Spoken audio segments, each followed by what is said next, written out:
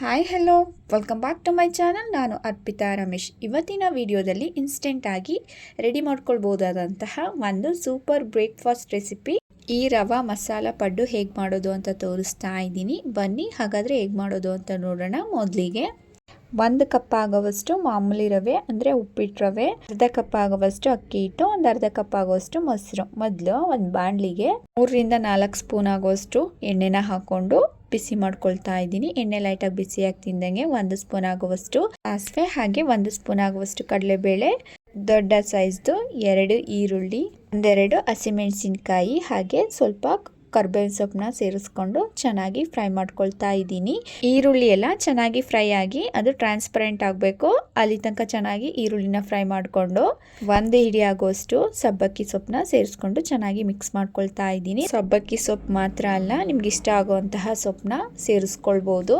ಸಬ್ಬಕ್ಕಿ ಸೊಪ್ಪು ಎಣ್ಣೆ ಜೊತೆ ಚೆನ್ನಾಗಿ ಫ್ರೈ ಆದಮೇಲೆ 1 ಕಪ್ ಆಗುವಷ್ಟು ರವೆನ ಹಾಕೊಂಡು ಚೆನ್ನಾಗಿ ಫ್ರೈ ಮಾಡ್ಕೊಳ್ತಾ ಇದ್ದೀನಿ. ರವೆ ಎಲ್ಲ ಫ್ರೈ ಆಗಿ ಘಮ ಬರಕ್ಕೆ ಸ್ಟಾರ್ಟ್ ಆಗಬೇಕು. ಆವಾಗ 1/2 ಕಪ್ ಆಗುವಷ್ಟು ಅಕ್ಕಿ ಹಿಟ್ಟನ್ನ ಹಾಕೊಂಡು ಚೆನ್ನಾಗಿ ಮಿಕ್ಸ್ ಮಾಡಿಕೊಂಡು 1 ರಿಂದ 2 ನಿಮಿಷ ಲೋ ಫ್ಲೇಮ್ನಲ್ಲೇ ಫ್ರೈ ಮಾಡ್ಕೊಳ್ತಾ ಇದ್ದೀನಿ. ಇದಕ್ಕೆ 1-2 ಕ್ಯಾರೆಟ್ನ ಚೆನ್ನಾಗಿ ತುರಿದು ಸೇರಿಸ್ಕೊಳ್ತಾ ಇದ್ದೀನಿ. ಅದನ್ನು ಕೂಡ ಚೆನ್ನಾಗಿ ಫ್ರೈ ಮಾಡ್ಕೋಬೇಕು. ನೋಡಿ, ಇವಾಗ ಎಲ್ಲ ಚೆನ್ನಾಗಿ ಫ್ರೈ ಆಗಿದೆ. ಒಂದು ಬೌಲ್ಗೆ ಟ್ರಾನ್ಸ್ಫರ್ ಮಾಡಿಕೊಂಡು 1/2 ಕಪ್ ಆಗುವಷ್ಟು ಮೊಸರನ್ನ ಸೇರಿಸ್ಕೊಂಡು ಚೆನ್ನಾಗಿ ಒಂದ್ಸಲ ಮಿಕ್ಸ್ ಮಾಡ್ಕೊಳ್ತಾ ಇದ್ದೀನಿ. ಅದೇ ಕಪ್ಪಲ್ಲಿ 1 ಕಪ್ ಆಗುವಷ್ಟು ನೀರನ್ನ ಸೇರಿಸ್ಕೊಂಡು ಚೆನ್ನಾಗಿ ಮಿಕ್ಸ್ ಮಾಡ್ಕೊಳ್ತಾ ಇದ್ದೀನಿ. ಪಡ್ಡಿನ ಅದಕ್ಕೆ ಸ್ವಲ್ಪ ನೀರನ್ನ ನೋಡ್ಕೊಂಡು ಮಿಕ್ಸ್ ಮಾಡ್ಕೊಳ್ಬೇಕಾಗುತ್ತೆ. ಮತ್ತೆ ನಾನು ಚಿಕ್ಕ ಗ್ಲಾಸಲ್ಲಿ 1/2 ಗ್ಲಾಸ್ ಆಗುವಷ್ಟು ನೀರನ್ನು ಕೂಡ ಸೇರಿಸ್ಕೊಂಡು ಚೆನ್ನಾಗಿ ಮಿಕ್ಸ್ ಮಾಡ್ಕೊಳ್ತಾ ಇದ್ದೀನಿ. ನೋಡಿ, ಇಷ್ಟ ಆದರೆ ಸಾಕು. ಪಡ್ಡು ಅನ್ನೋದು ಈ ಹದದಲ್ಲಿರಬೇಕು. ಇದಕ್ಕೆ ರುಚಿಗೆ ತಕ್ಕಷ್ಟು ಉಪ್ಪನ್ನ ಸೇರಿಸಿ 1 ಚಿಟಿಕೆ ಆಗುವಷ್ಟು ಅಡುಗೆ ಸೋಡಾನ ಕೂಡ ಸೇರಿಸ್ಕೊಳ್ತಾ ಇದ್ದೀನಿ. ಚೆನ್ನಾಗಿ ಒಂದ್ಸಲ ಮಿಕ್ಸ್ ಮಾಡಿಕೊಂಡು 15 ಮಿನಿಟ್ಸ್ ಟೈಮ್ ಇದ್ದರೆ ಚೆನ್ನಾಗಿ ನೆನೆಸ್ಕೊಳ್ಳಿ.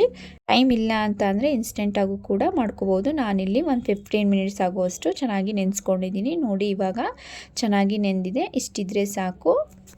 ಒಂದು ಪಡ್ಡು ಪಾತ್ರೆನ ಬಿಸಿಗಿಟ್ಕೊಂಡು ಪಡ್ಡು ಪಾತ್ರೆ ಲೈಟಾಗಿ ಬಿಸಿ ಆಗ್ತಿದ್ದಂಗೆ ಎಲ್ಲ ಹೋಲ್ಸ್ಕೊಂಡು ಲೈಟಾಗಿ ಎಣ್ಣೆನ ಹಾಕೊಳ್ತಾ ಇದ್ದೀನಿ. ಎಣ್ಣೆನ ಹಾಕೊಂಡಾದ್ಮೇಲೆ ಒಂದೊಂದು ಹೋಲ್ಸ್ಕೊಂಡು ನೀಟಾಗಿ ಸ್ಪ್ರೆಡ್ ಆಗದೆ ಇರೋ ರೀತಿಲಿ ಚೆನ್ನಾಗಿ ಬಿಟ್ಕೊಳ್ತಾ ಇದ್ದೀನಿ.